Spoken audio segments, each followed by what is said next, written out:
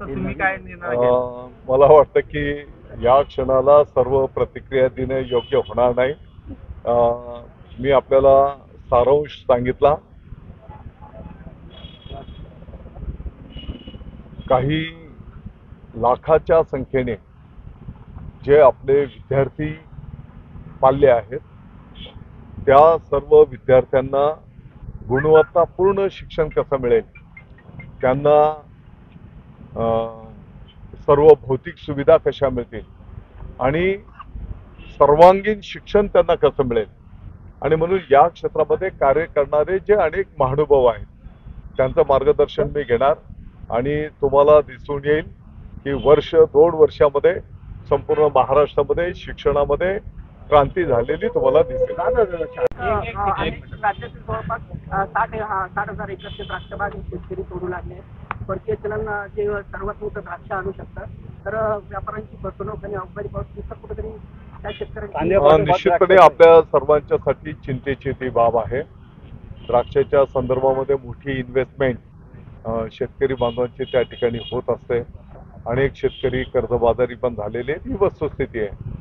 आणि म्हणून सर्व शेतकऱ्यांना विश्वासात घेऊन त्यांच्याशी चर्चा करून शासन पातळीवरनं हा विषय त्या ठिकाणी निश्चितपणे मार्गी लावला जाईल. मला वाटतं की योगायोगाने कृषी मंत्रीपद पण आपल्या जिल्ह्याला त्या ठिकाणी मिळालेलं आहे आणि म्हणून कृषी मंत्री महोदय पण यामध्ये पुढाकार घेतील. आम्ही सर्वजण मिळून द्राक्ष उत्पादक शेतकरी बांधवांना पण दिलासा कसा मिळेल, त्यांना न्याय कसा मिळेल त्या दृष्टिकोनाचा मार्ग काढू. फंड जो आहे शिक्षण खात्याला तो कमी आहे. या सर्वातनं आपण मार्ग काढू. सारांश या सगळ्या गोष्टींचा आहे की माननीय एकनाथजी शिंदे साहेबांच्या जिव्हाळ्याचा जर हा विभाग आहे तर आम्ही सर्वजण मिळून जीवाचं रान करू आणि वर्ष 2 वर्षामध्ये तुम्हाला या क्षेत्रामध्ये महाराष्ट्राच्या विद्यार्थ्यांच्या पालकांच्या तुम्हाला प्रतिक्रिया मिळतील की बदल झालेला दिसून येतो. दिवसापासून कांद्याच्या संदर्भामध्ये आपल्या नाशिकचे सर्व आमदार आम्ही उपमुख्यमंत्री महोदय, मुख्यमंत्री महोदयांना या संदर्भामध्ये भेटलो. केंद्राशी संपर्क साधून संवाद साधून जी काही 20%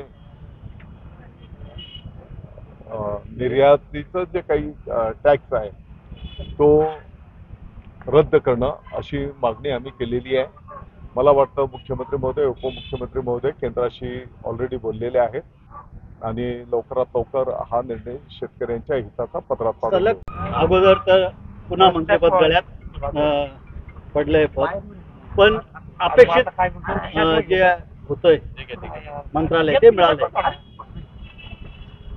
माननीय उपमुख्यमंत्री महोदय एकनाथजी शिंदे साहेबांच्या जिव्हाळ्याचा शिक्षण हा विषय आहे आणि या संदर्भातलं त्यांनी मला कल्पना यापूर्वी दिलेली होती आणि या विषयामध्ये त्यांना गरीबातल्या गरीब माणसालाही त्याच्या पाल्याला चांगलं शिक्षण मिळालं पाहिजे, क्वालिटी शिक्षण, दर्जेदार शिक्षण मिळालं पाहिजे, या दृष्टिकोनातनं कार्य त्यांना अपेक्षित आहे.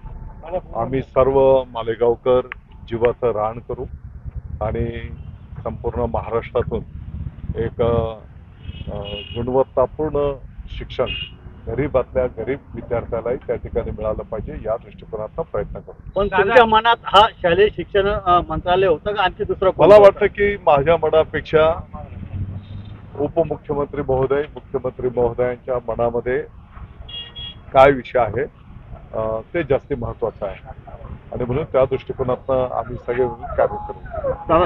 नवीन मंत्रालय आहे, काय आव्हान, काय नवीन त्याच्यात रूपरेषा आणि काय आपण ठरवलंय काय करणार? मला माहिती आहे या विषयामध्ये अनेक आव्हानं आहेत.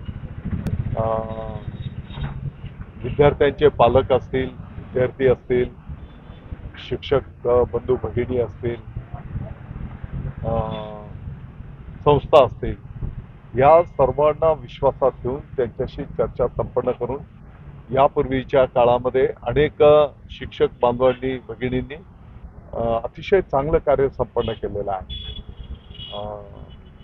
अनेक शिक्षण समित्या आहेत, त्यांनी गावाने पुढाकार घेऊन त्या गावांच्या शाळा चांगल्या केलेल्या आहेत आणि म्हणून या सर्वांचं मार्गदर्शन घेऊन त्यांना सोबत घेऊन आम्ही पुढे काम नेऊ. हप्त्याच्या शेवटच्या दिवशी मंत्रीपद डिक्लेअर करण्यात आलं. पालकमंत्री पदाचा तेढ हा जिल्हा राज्यभरात आज तसं प्रलंबित आहे. मला वाटतं की माननीय मुख्यमंत्री महोदय, दोन्ही उपमुख्यमंत्री महोदय चर्चा करून त्या ठिकाणी विषय पुढे नेत आहेत. 1-2 दिवस पुढे पाठीमागं होतात या गोष्टी, त्याच्यामुळे त्याच्यावर खूप काही पण भाष्य करणं काही कुंभमेळा आवश्यकता आहे आणि या दृष्टीने पालकमंत्री पदाला महत्व आहे. पालकमंत्री पद तुम्हाला मिळावं अशी या संदर्भामध्ये पण माननीय मुख्यमंत्री महोदय, उपमुख्यमंत्री महोदय चर्चा करून निर्णय करतील. ते जे निर्णय करतील त्याची अंमलबजावणी करणं शिवसैनिक म्हणून आपले काम असणार आहे. नाशिक जिल्ह्यासाठी काय विजन राहणार? मालेगावच्या सर्व नागरिकांचं मी आभार व्यक्त करतो, कार्यकर्त्यांचं मी आभार व्यक्त करतो. महायुतीच्या कार्यकर्त्यांनी जीवाचं रान करून आपले स्वतःचे कामधंदे, व्यवसाय, घराचं काम सोडून त्यांनी धनुष्यबाणाचा महायुतीचा प्रचार केला. ज्ञात अज्ञात लोकांनी आशीर्वाद दिले आणि त्यामुळे धनुष्यबाणाचा लाखाच्या फरकाने त्या ठिकाणी यश प्राप्त झालेलं आहे आणि म्हणून विकासाची जी गाडी आपली मालेगावची निघालेली आहे ती आणखी जोमाने पुढे जाईल.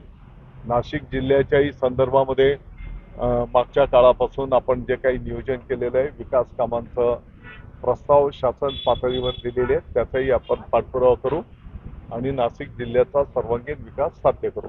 अतिशय नम्रतेने सांगू इच्छितो की काल रात्रीच या विभागाची घोषणा मुख्यमंत्री महोदय, उपमुख्यमंत्री महोदयांनी केलेली आहे. तुम्ही बिलकुल काळजी करू नका. तुम्हाला नेहमीप्रमाणे रिझल्ट ओरिएंटेड काम दिसेल. शिक्षण मंत्री खेड्यातल्या शाळेंमध्ये जाताना तुम्हाला दिसेल, शहराच्या शाळेच्या मध्ये भेट देताना तुम्हाला पूर्ण विभाग दिसेल आणि एकंदरीत काय की आपल्या सर्वांचं जे उद्दिष्ट आहे, गरीबातल्या गरीब कुटुंबाच्याही पाल्याला, विद्यार्थ्याला त्या ठिकाणी एक क्वालिटी शिक्षण मिळालं पाहिजे, त्या दृष्टिकोनातून आपण सगळे मिळून काम करू.